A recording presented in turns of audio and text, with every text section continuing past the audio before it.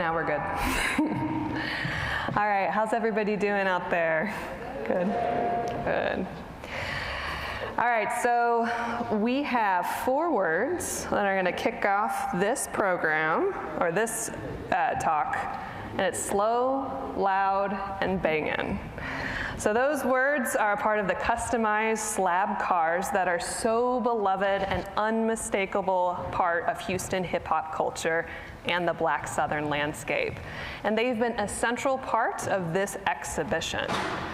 Today in this conversation, rapper Richard Jones, AKA Fiend, AKA International Jones, and writer Charlie Braxton are gonna join us to discuss the adornment and that slab car culture and how these expressive machines took their place in the prominence of the Dirty South. Charlie Braxton is a journalist, playwright, and poet, a cultural critic, and a music historian who has played a key role in chronicling the rise of Southern hip hop. He has continued to, he has contributed to music publications such as Vibe, Rap Pages, The Source, and XXL, as well as the Washington Post. He is the co-author of Gangsta Gumbo, a book detailing the comprehensive history of Southern hip hop. And in speaking with him over these last few months, it seems that there isn't a hip hop artist that he hasn't connected to. Jones, better known by his stage name Fiend, or International Jones, is an American rapper and producer from New Orleans, Louisiana. His slab car is prominently featured just outside the Great Hall. You can't miss it. And it's an unmistakable symbol of this exhibition. So please join me in welcoming Fiend and Charlie today. Thank you. All right. Thank you. Well, we're going to talk about car culture and hip hop. And I think it's important before we do that, Fiend has a video that he wanted you all to see. Yeah, it's kind of like a start to finish, little roundup of finding the car, picking the car out of a variety of Cadillacs, why we chose the Cadillac, and hooking up with some buddies of mine in Huntsville, Alabama, who assisted me on putting the Cadillac together, saying that being a part of the slab culture. So by all means, it's a little under 10 minutes. Okay. Even if they play a snippet of it, it's gonna be, yeah. We'll play a snippet of it, because we don't have that much time.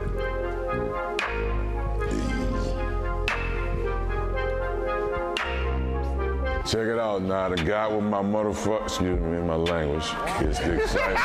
And the guy with my team of specialists. Yes, sir. When it comes down to slab, riding, producing, and swinging. Yeah. You heard me? And what you're now seeing is vault number 1. You heard me? Who Got That Fire TV is giving you an exclusive on us putting together a slab swinger. You heard me? So right now you're just getting a glance of what it is to walk in the Jolly Rancher shop. Vault number 1. This is just 4 slabs, you heard me? It's just 4 slabs. You got one out there, right? Take your time. Just go and look. I'm gonna wait right here. We can continue. Talk, but take your time and get drink all that in. Drop, diamond chain, name, watch, right? Candy too. Drop, got the shoes and the knot, right? Candy too. Yeah, this is crazy, man. You're gonna get slabs and swingers. You know what I'm saying? I had to come way out here to Huntsville, AKA Hunts Vegas, to get this together. I want you to check this out now. Look at the light. Lit on the nose of that right there, you heard me? Lit, the nose, lit. You feel me? Look, it's blinking and winking at us. Blinking and winking. Now you're looking at a certified Lincoln and Lack lover. Yes, sir. You can't talk about it without being about it. Yeah. You know what I'm saying? So I want you to understand, all the way Baton Rouge to New Orleans, hopped on a plane, went to Atlanta, from Atlanta to Birmingham, got with Marcus Dexter, straight from the plane. I came into vault number 1. Vault number 1. of the swingers and things, you feel me? And you seeing Lax and Lincoln Lover, Young Lee, showing you just one of his votes, you know what I'm saying, of what's going on. I had to come get with my specialists to get this together, you heard me? Yeah, so stay tuned.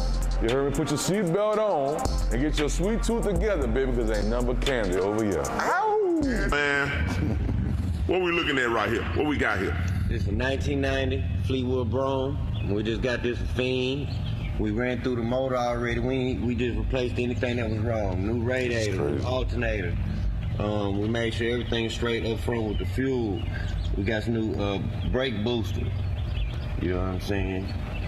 And then we looking at the exterior. What we got going on in this exterior right here, though? We already stripped all the body panels off mostly. And you see we got rust that we chipped away to see what's going on. We're going to address all that, get all that done. We got a little couple dents we're going to get worked out. Basically, we're going to take the whole car and go with a pearl white.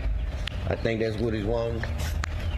And then we already got the interior, the door panels. Yeah, we want to see that interior. We already took the door panels out. We're getting it ready so we can go and jam it out. As soon as we get to the paint shop, you can see the interior super clean. Man, look at that. All right, so we got to get a little video up running. We replaced the gas tank, the fuel assembly, fuel pump. We had to make sure all that stuff is done. We did a little tune-up on it. Everything runs smooth. This is like finding her in the garage of 30 other Cadillacs. You know, sitting in the car, getting acquainted with the car, and getting with my team and stripping her down, you know what I'm saying, to give her a whole new identification. Okay. Question, how long did it take you to find that particular car? Why that car? It took me 4 months. 4 months? 4 months to find this particular car, this particular age, and in this condition. And in the process of pursuing you a slab, say when you want to take your time and restore it, you most of the time you got to buy 2 of the cars, right? You buy one that that has you know, the perks of it don't need a lot of work.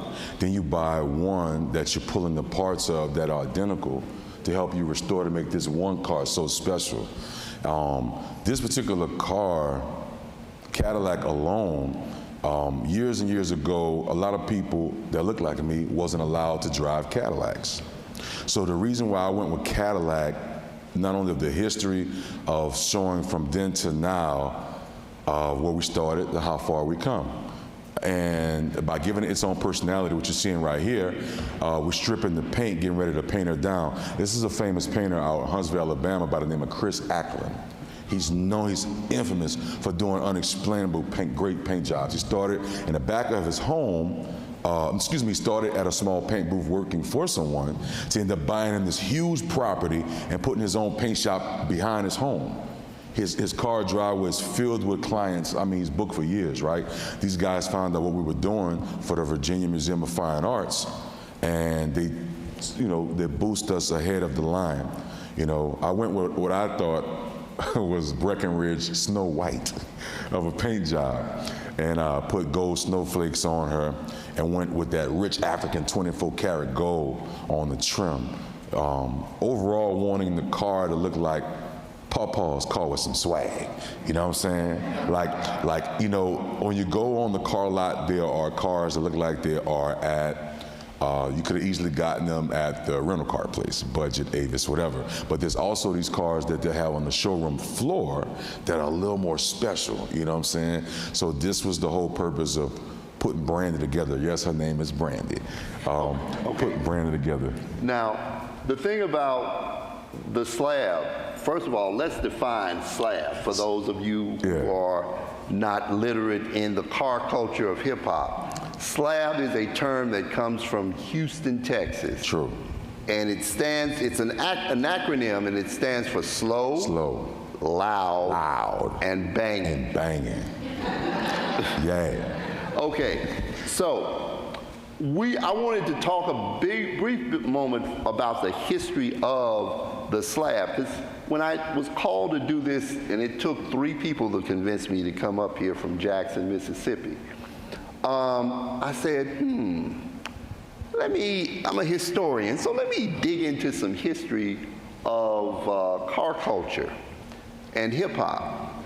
And what I found something interesting. Although hip hop started in New York, we love New York, the car culture is really rooted in LA and the Deep South. True. Okay? Because in order to, when I first went to New York, none of my friends had cars. And I realized the reason why, because the whole city is compact. You can hop on a subway or a bus and get anywhere you need to go. And a lot of people I knew from New York, especially from the hood, didn't move too far, maybe 2 or 3 blocks from where they live. Having a car in New York at sometimes is a serious expense. Yeah, it's You know true. what I'm saying? Not only to the upkeep, but parking. Parking could range from $400 to $1,000 a month just to park your car monthly. And down Deep South, that could be rent or mortgage somewhere, you know what I'm saying? Exactly. So when I started also looking at this history, I thought about the lowriders, because I'm a child of the 70s. How many of you all remember Wars? All my friends know the lowriders. Okay, that in and of itself, in my opinion and a few other people, that's the root of this slab car culture, because it was Mexican-American brothers and sisters who started doing the cars, and then the brothers started doing them. I know my uncle had a lowrider. By the way, I did bring the song for you guys if you all wanted to hear it. I did bring it. So that started in the 1950s. In the 50s. Okay? And then it moved all the way up into the 70s, but by the 80s, Texas, the brothers in Texas and hip hop was taking place, and everybody had to have a clean car. Riding clean, not riding dirty. That's a different, we not riding dirty up in here. Right. We're riding clean, but the emphasis on the car and how that car looked and blinging that car out was very important to brothers and sisters, particularly in Texas. And when you dig into why that blinging out, why that goes back to the West and Central African concept of adornment. Deep. Now, y'all have heard this before. I know there are plenty of people who know more about this concept than I do. But I would say that that's where it comes from. Because when you look at adornment is something that Africans do. We like to take colors, and those colors have a particular meaning. The patterns of colors have a particular meaning. It shows you, one, I can look at a person, say for instance, who's wearing kente cloth, and the type of kente cloth tells me what part of Ghana or they're from, what tribe they're from, what their social status is. The same thing happens in car culture, particularly in Houston. If I see somebody riding a red slab, I know they're from the south side of Houston. Right. I know that because brothers on the south side wore red and rode red. If I see someone in a blue, Boss Hogg, Slim Thug. From the north. He's from the north side. Right. All of his cars are blue. Right. His motorcycle is blue. Okay? There's a particular emblem in the car clubs, because car clubs also are very important. You have an emblem to let people know what club you're from. So not only do I can look at your car and say, okay, that guy's from north side of Houston, he has an emblem that lets me know, oh, he's from the South Side Riders. And if he pops the trunk, inside of the trunk, there's a specific message that only he has. And then I say, okay, that's Slim Thug's car. It's called popping the trunk. This particular car, we installed the hydraulic trunk on a car, of course, that's 32 years old. You know what I'm saying? She's young. He's young. Yeah. and it says down south slanging. You know, she has illuminated lights in the back.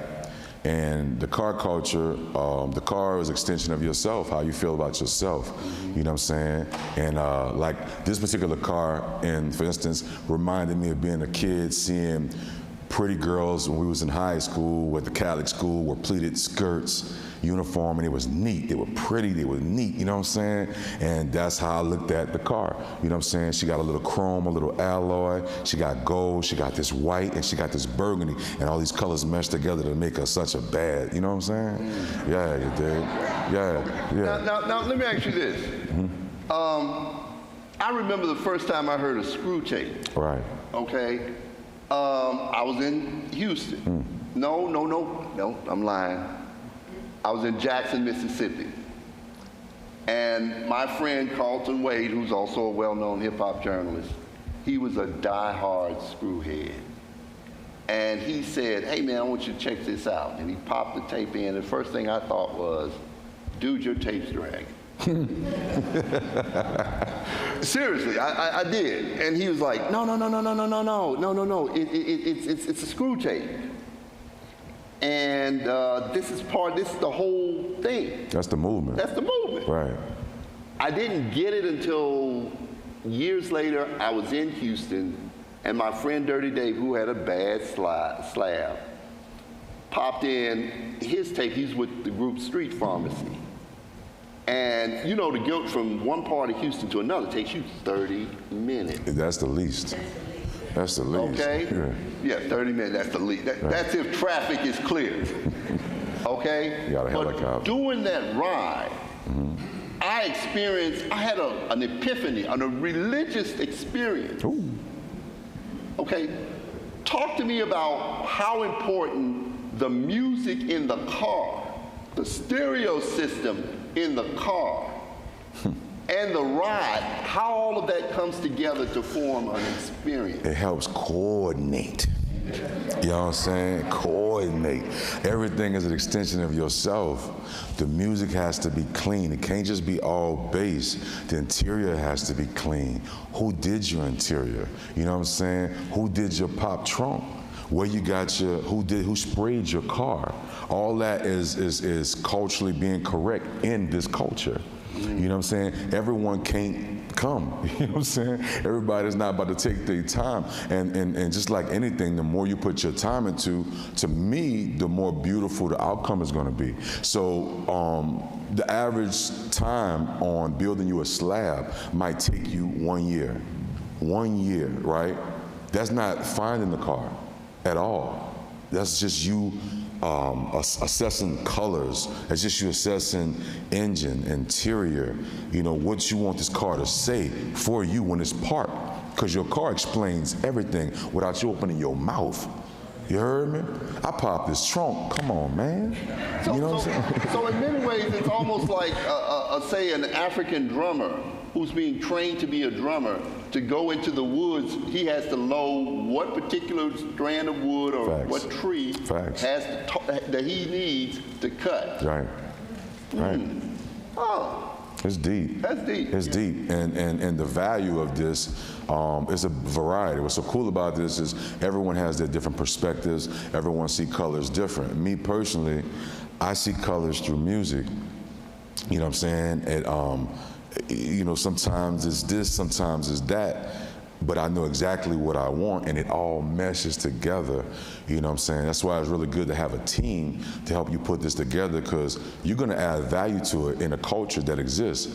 I go around speaking to colleges, prisons, high schools, so forth, and I normally speak on 3 things, 3 universal languages, right? Food, love, and music. Right? Things that have nothing to do with the skin that you're in, what your beliefs are, what you like to eat. It got nothing to do with none of that, right? By doing and building these cars, I end up adding a 4th something that unites people, is the car culture. You know what I'm saying? So these are things that bring people together and form communities within communities. Yeah. And speaking of car culture and communities, we also don't want to leave our Florida brothers out. Nah, Florida. instead of having the slab, they've got what's called the donk. Donks. Okay. Yeah. Now, what's interesting about the donks, I kept, Granddaddy South from Orlando was the first person to tell me about the donks. I mean, I'm like, dude, why is the car, when I got to Florida, I couldn't get in the car. I'm like, dude, why y'all got these cars like that? He said, oh, that's a donk. I'm like, a donk? And nobody could explain to me why y'all call them a donk. Eventually, I learned that they called them a donk because a lot of them initially they used Impalas. Or Caprice. Or Caprices. But the Impala has Impala, I guess, an Impala that looked like a donkey to them. So they would call them donks, short for donkey. And the way they sit up on the street, they kind of remind you of a donkey. They sit on 30s. Normally the tail is a little drag and a little lower than the front of the car. And they put 30s and they add all these different extensions to the car to give it this look. And donk culture is a Florida culture, and they put a lot of work into their thing too. And now they just extended their culture of just riding slow, loud, and banging. So now they racing donks. That's a whole nother thing. Now they racing them. But you know what also was interesting in terms of audio? They started doing a version of screw music before screw. Really? I know a lot of people, this is real talk, but they don't call it screw. What and they they call don't it? chop. Chop. They call it slow down. Slow down. Okay, and how that even happened was cats would love to have that boom in their donk. So what they would do is they would slow the bass down. They would slow the record so the bass would reverberate. And eventually, and they would do that to Magic Mike's work a lot. And when I interviewed Magic Mike, he said that he started dropping the bass so low in his records so it would tear up their speakers when they did that. That's cool. You got him. Well, he felt insulted that they slowed his music down. He should have invested into a speaker company. Yeah. Well, but the interesting thing was their version of Slow Down did not take off the way it did in Houston. Nah, Screw ended up being like a pharmacy of music. You know, you went to the Screw shop to get a Screw tape. They were always gunmetal gray. There was always gunmetal gray, and like it began to have its own value. People would break in cars and steal your Screw tape. You know, if a relationship went south and the girl took his tapes, he was lost. And she took my Screw tapes. You know what I'm saying? You know what I'm saying? And I ended up getting a piece of that culture and just didn't get it as a youngster. I enjoyed it, but I just didn't get it. But once you in their city, everything's a little bit more slowed down, you know what I'm saying? In Houston, it's a little bit slowed down, and you begin to gravitate toward it, make out songs. Say you enjoy Bone Thugs and Harmony, but they rap a little too fast. Oh, yeah. You can get the screwed version and understand every word and make out every word. Every word they say. Real talk. Right. Yes. Okay. Now here's a question: how did you get in the car? Because I know the first time I met at your house and you smoked out my driver. This is true. Seriously, real talk. He smoked my driver out to the point that I had to wind up spending the night at his house. But I noticed you had like 3 or 4 cars in the group, because you lived in a community with covenants. They wouldn't let you take all your cars. Nah, I got into cars because my Uncle James was born and raised in St. Francisville, Louisiana. He moved to Chicago in the Midwest, and he was into cars, you know what I'm saying? He didn't know what it was like to have a brand new car, so he'd go get a used car, fix it up, and make it his own specialty, you know what I'm saying? So I kind of adopted that from him. And my mom would send me to Chicago every summer, you know what I'm saying? Pretty much to get rid of me, I guess, you know what I'm saying? So she let me go out there with my Uncle James, and my Uncle James would be working on the van, he'd be working on the Malibu, he'd be working on the Cadillac, and I was young and I just got to see this. And it was good because I would have had idle time, which could have probably ended me somewhere else, right? So I picked on these awesome traits of this single guy living by himself with these cool cars, you know what I'm saying, part of a car and a motorbike club in the Midwest. So it had to be from my Uncle James, and I remember he had this bad van, and on the side of it said Bad Blood, right? And had a picture of his motorbike sprayed on the side of his van, you know what I'm saying? And he just was cool like that. My Uncle James never met a stranger in his life because everyone was a friend. And I enjoyed it about him, I enjoyed it about the car culture and the community. But that's another thing that we forget the Midwest when it comes to this car culture. And particularly in the 70s, you know, I remember, most of the people I do remember with those type of cars were from Chicago, like, and they would always do something special to their car, you know, and then when you go to the black exploitation movies, which I grew up on, you would see some of the baddest Sheens. They used to call them Sheens back then. I'm giving my age away. It's okay. But they would always, you know, so that culture in the Midwest is very, very vital. But one of the things that I want to point out is the Midwest culture is really the South culture. Well, everyone, the migration. Yeah, everyone just like the lowriders, you know, our Latin brothers and sisters, they had this mean lowrider culture, which they still do. And a lot of brothers adopted that and turned it into slabs. You know what I'm saying? A lot of brothers still ride lowriders. Shout out to my brother Currency.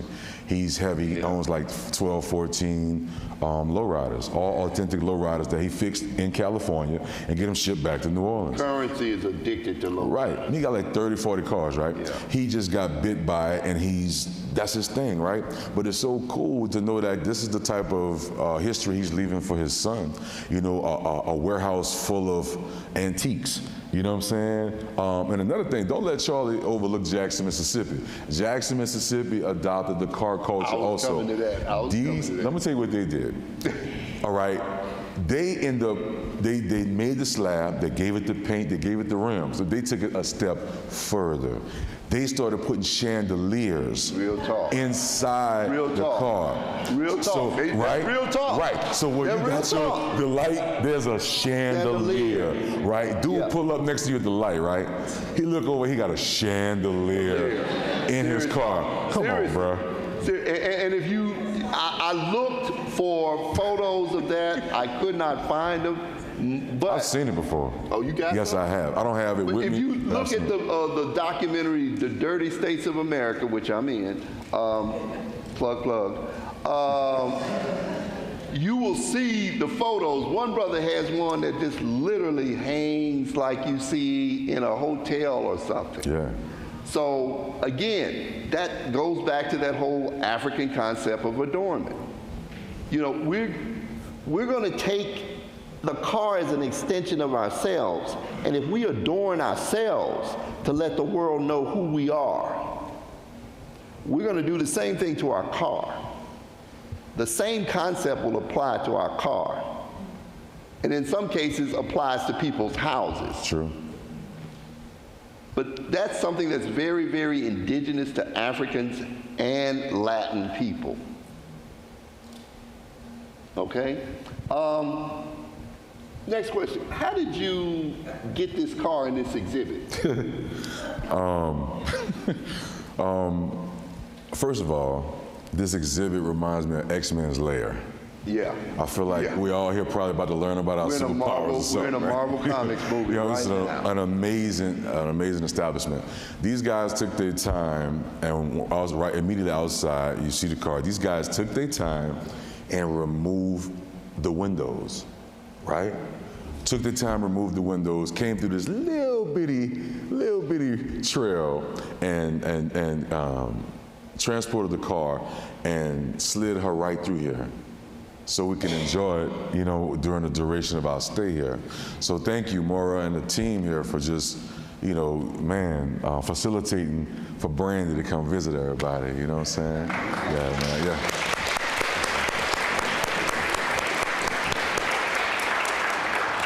Okay, but you still didn't tell me, how did you get this car in this magnificent exhibit? I didn't drive it. I didn't drive it. I drove the car one time. All right. My friend, beautiful curator, Miss Valerie Cassell, reached out to my friend and said she wanted to create a slab for her museum. And it took me about, I think, 6 to 8 months, put a rust job on it, and created this beautiful car. I drove the car one time, right? One time. And it was from the trailer into the museum. My friend recorded me driving in the car. That's the only footage I have of me driving the car, right? And emailed me the footage. Emailed him the footage, because man. When she called me, man. Valerie called me and said, we're doing this Dirty South exhibit, and I'm an R&B chick, I don't know nothing about hip hop. She said that, right? I said, well, I know a little bit about hip hop, so what do you need? So I'm thinking she's gonna say, well, I need some music, which she did. I sent her some videos. And then I recommended a few artists that I knew who were part of the hip hop generation from the South. And then she said, I need a slab. Let me tell you what I did. Man. A slab? You mean you want a replica? A real one. No, I want a real slab. Do you know anybody who can do it for me? And I said, I sure do. And I called this gentleman up, and he answered the phone, because I was like, okay, he may be in the studio, he might not answer the phone, and it'll be 2 or 3 days before I hear from him. But he answered the phone. Yeah. And she told him what she wanted, and he was like, okay. Honored, you know what I'm saying, just honored, because it's a Houston, it's more of a Houston culture, but you know, we can all be aware of a lot of things, just like enjoying West Coast rap, you know what I'm saying, but we're not from the West Coast, right? So the opportunity was cool because I was able to give it a little Louisiana flair, a little New Orleans flair, without taking away from the authenticity of Houston culture, you know what I'm saying? But let me, don't play Louisiana cheap in its impact on Houston's culture. Nah, not at all. No, I'm gonna, because you always say this, and I want you to stop saying it. My bad. Seriously, My bad. You my boy, I love you to death. My bad. But when you look at the southern migration, most people tend to think of north-south. Few people think southwest. Right. A lot of people in New Orleans traveled, and Louisiana in general, settled in Houston. Correct. On their way to California. Correct. And Oklahoma. Correct. ESG, whom everybody please pray for him right now, he's really sick. He's from Louisiana. I didn't know that. Yeah. Mr. 3-2, he's from the SUC. Almost half the Screwed Up clique is from Louisiana. Did you know that? As you could tell from the look on my face, I did. Wow. So, when I was the first time I heard one of the best bounce mixes I ever heard was in Houston, on the radio, Def Jam Blaster. And when I talked to him, I'm like, dude, you're from Houston, why are you playing all this bounce music? He said, my family's from New Orleans. I go there all the time. So, the slab culture is influenced, yes, it's a Texas thing, it's a Houston thing, but a lot of the people who participate in making those cars. From the city. I There got you you. go. I got you. So you got just as much right to do a slab as they do. Well, there it is. All right. You heard me? That's what we got Brandy outside. You feel me? Oh, man. Yeah. You got Mr. T right here. Oh, yeah.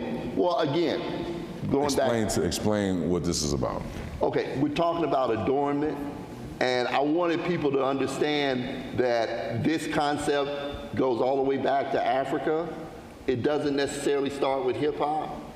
The same way us adorning our cars you know, hip hop is really taking it to that next level, but it has roots in something. Right. All right, you and I both been to the Stax Museum. Correct. You've seen Isaac Hayes' car. Beautiful.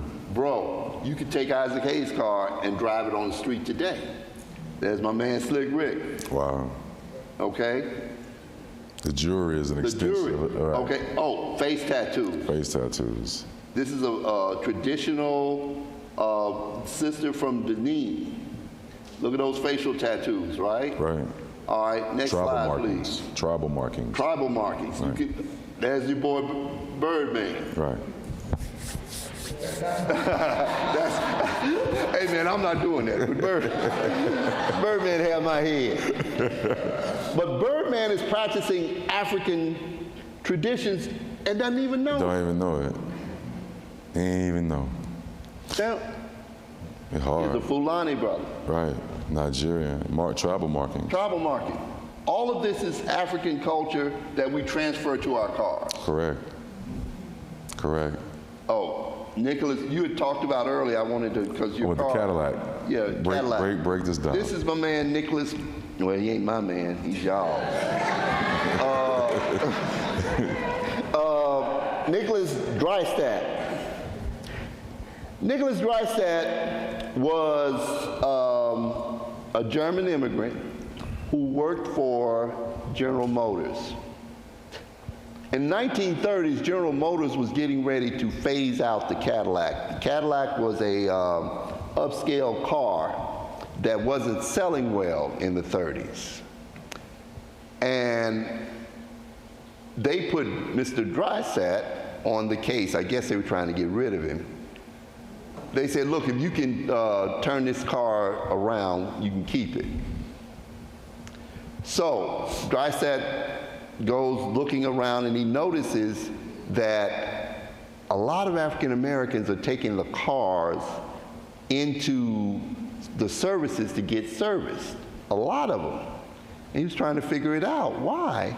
And then when he learned, a lot of black businessmen, a lot of the black bourgeoisie, a lot of the black hustlers bought the cars used, or some of them would pay white men, the same way they did when we were trying to get in some of these neighborhoods, to buy the cars for them. So he goes back, all right, I've been given the thing. He goes back and says, hey, I think I can turn it around if you let me sell the cars to black folk. They said, okay, we'll give you 18 months to turn it around. They implemented that program, got black people to start buying it. 18 months, the cars went from red to black in terms of their profit margin. And to this day, the Cadillac is one of the most esteemed cars in the black community. It's a stature, you know. It's a status symbol. It is. But we've been told to wrap it up. We don't have time for question and answers. All right, anybody got any questions? Yes. It's just so amazing to see you two together, having had you at my college, both of you to talk. But I'm amazed that throughout the whole country, really, people are cruising around and over the years, and it was outlawed, I guess, in California in certain cities, but now they're allowing people to cruise. Can you talk a little bit about the, the issue with the law enforcement, but also the issue with the pride at just being out and about and showing and displaying yourself in public, and how they tried to stop it, but now apparently they're allowing them to do that. Cops in general are racist, and they view car culture with a certain class of people that they don't like, mainly black and brown, and they seem to think that they were part of the criminal element. I think what has happened over the years is hip-hop has changed that in a lot of ways, because now you not only have people from color riding them, you got this show called Pimp My Ride on MTV. How many people remember that show? you got white kids riding in slabs, middle-class white kids riding in slabs. So I think the cops have changed their perception of it over the years, juxtaposed to what they used to think of it. Now, I don't know about California specific, but I know everybody drives cars with nice cars. Working class people drive nice, souped out cars. My uncle has a nice slab, and he's nowhere near criminal. She also was pointing out on cruising, like, to be able to cruise now. When at first, when that was automatically probably a ticket being a citation for cruising, you know what I'm saying? Because it stopped traffic, it got people running in the street. So now they're allowing people, they're overlooking that now. You can cruise now in Los Angeles, you can, with your slab or whatever, your lowrider. Okay, see, I didn't know that. Yeah, she elaborated with that earlier. Yeah. Okay. That law has been lifted. Okay. You can cruise now. 2 miles an hour. Look, and speaking of, in the Bay Area, the whole, going dumb in your car, doing donuts. That's a bit different. Yeah. You hear me? Them boys is ghost riding the whip. Ghost riding the whip. Yeah. But who's driving the car? But again, that can relate to African spirituality. Yeah. I get that. And it's international. International. Hey. They're paying, $200,000 for these cars, and I did see that was, they love those cars. Being shipped to Japan, I've seen that. I had a couple buddies in Japan. It's international. Yeah, it's like I said, a culture. It brings people together. The whole thing is, at the end of the day, it may have started this way, but at the end of the day, these things evolved to building communities. Yeah. You know what I'm saying? A lot of things are given a nasty eye, you know what I'm saying, until you get a chance to communicate. Yeah. Think about it. Weed used to be illegal. Yeah. Is it legal here, y'all? I'm just asking. We're not trying to point nobody out. I'm just asking for a friend. Medical. Okay. Oh boy. I had a question for you guys. I was wondering if you could comment on it. I've always been really fascinated by the kind of subversive nature of car culture, particularly in places like Florida and Georgia, where a lot of young guys, go to auctions and buy decommissioned cop cars and trick those out. Right. So I wondered if you could talk a little bit about the irony or the subversiveness of taking something that has, symbolized the threat or symbolized danger, right, and then flipping it into something that, again, becomes like celebrated. It ended up saying, say I was oppressed by something. Now I get to own it. You know what I'm saying? I didn't get a chance to live in that neighborhood at one time.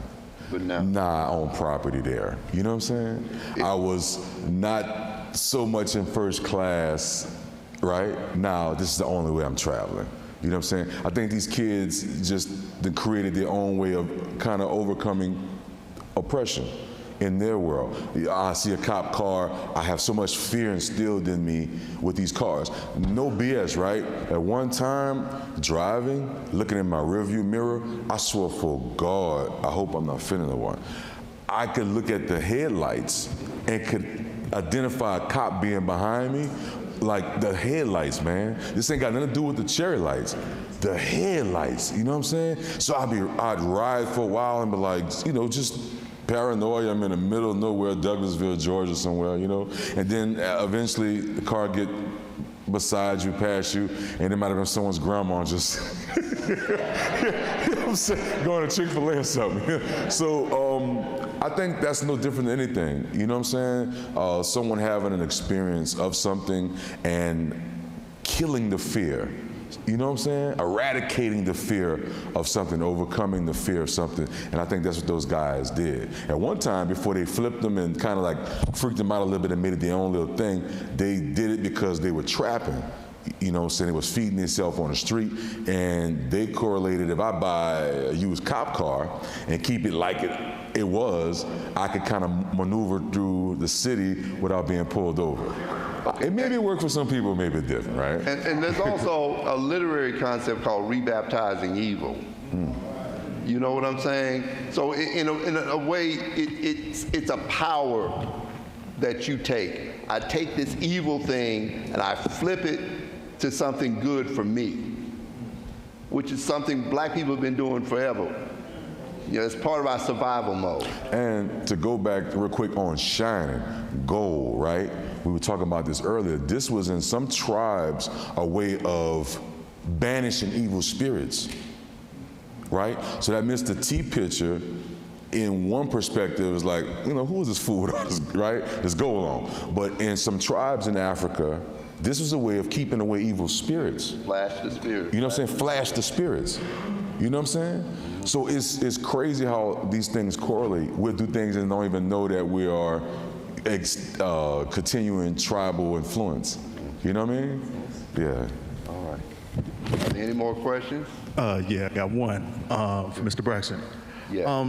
Based off of what you're saying, you know, there's a lot of indigenous African culture that's kind of, you know, heavily influenced, you know, hip hop. But okay. My question is, at what point do you think the disconnect came between the association of African culture and hip hop and it being kind of associated with more of the criminal elements and everything that it's more so derived towards now? Like, where do you think that change kind of came? I don't think there's ever been a disconnect. I think there's been a perception by forces in the music industry to change the culture. But as far as rapping in and of itself over drums, that goes all the way back to Africa. Facts. So you can never take the African element out of hip hop. You may de-emphasize it consciously, but it's always there. Through tone is how we used to speak to the Creator. Yeah. You know what I'm saying? Before we had words, you know what I mean? We were in silent and, you know, connecting to the Creator.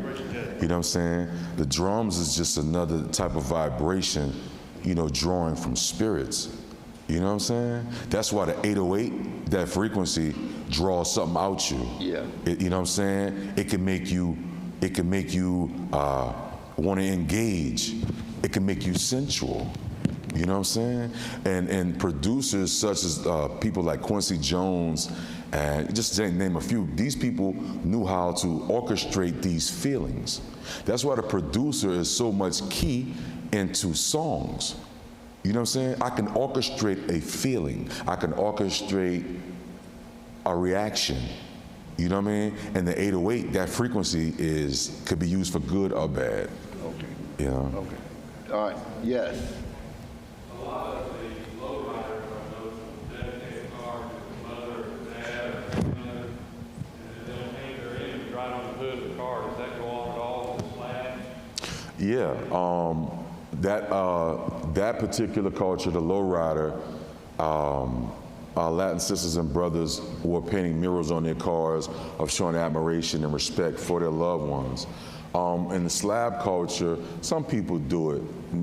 They may put whatever their logos, you know, but more in the Latin community, it was really done in the lowriders, which is beautiful because these guys made these unexplainable murals, you know, and also of holy images, you know, Saint Mary, right? Things like that. So that is a beautiful piece that has been done lately.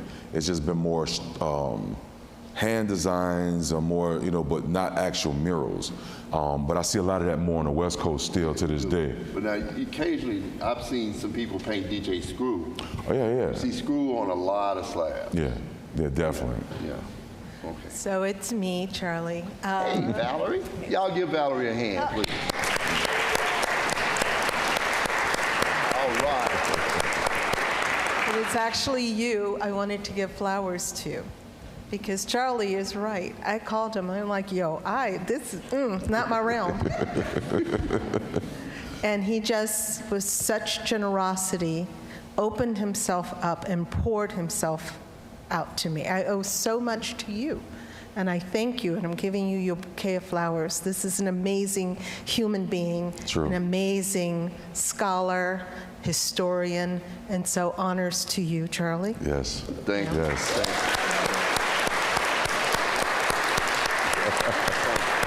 My main man. Hey. And to Fiend, who Charlie connected me with, your generosity and your openness to create a slab. Wow, I didn't even know if you would be receptive to me. Oh, and wow. You just opened me. You just opened your arms up to me. So the level of generosity, I'm so appreciative of both of you.